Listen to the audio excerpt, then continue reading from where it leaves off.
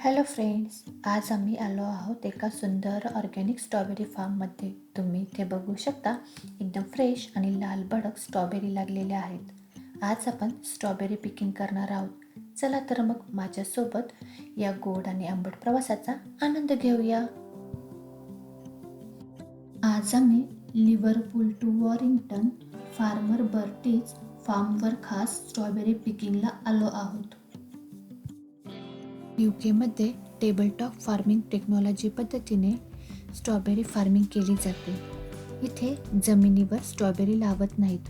जमिनीपासून 3 ते 4 फूट उंचीवर स्टीलचे स्टँड किंवा टेबलावर कोकोपीट म्हणजेच नारळाचा भुस्सा भरलेल्या पिशव्यांमध्ये स्ट्रॉबेरीची रोपे लावतात. हवामान खूप बदलणारे असते, त्यामुळे पाऊस, कडक ऊन, थंडीपासून पिकाचे रक्षण करण्यासाठी येथील 100% शेती ही प्लास्टिकच्या मोठ्या टनेलमध्ये म्हणजेच पॉलिटनल्समध्ये किंवा काचेच्या ग्रीन हाऊसमध्ये केली जाते.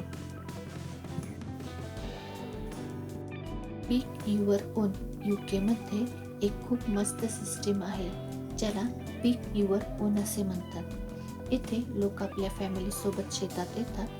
त्यांना रिकाम्या टोपल्या किंवा बास्केट दिले जाते.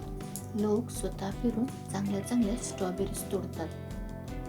प्रत्येक पर्सनला 250 ग्रॅम ही मोफत स्ट्रॉबेरी दिली जाते. पण वजनी जर जास्त झाली असेल तर त्यांना बाहेर येताना वजनानुसार पैसे द्यावे लागतात.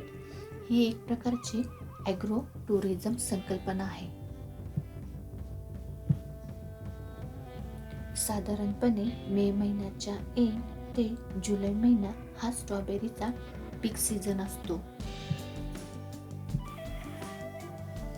तुम्ही इथे लहान मुलांसोबत एक छान फॅमिली डे आउटचा प्लॅन करत असाल तर ही जागा अगदी परफेक्ट आहे. हे फार खास लहान मुलांचा विचार करून डिझाईन करण्यात आलेलं आहे. इथे मुले स्वतःच्या हाताने फ्रेश लाल भडक स्ट्रॉबेरीज तोडू शकतात. त्याचबरोबर फार्म ॲनिमल सुद्धा आहेत, हॉर्स, शीप, चिकन एक्सेट्रा. मुलांसाठी खास प्लेइंग एरिया आहे. इथे विंटेज ट्रॅक्टर ठेवलेला आहे, त्यावर मुले बसून छान फोटो काढू शकतात.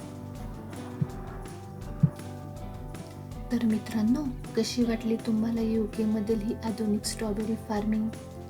आपल्या भारतातील महाबळेश्वरच्या शेतापेक्षा ही पद्धत किती वेगळी आहे ना?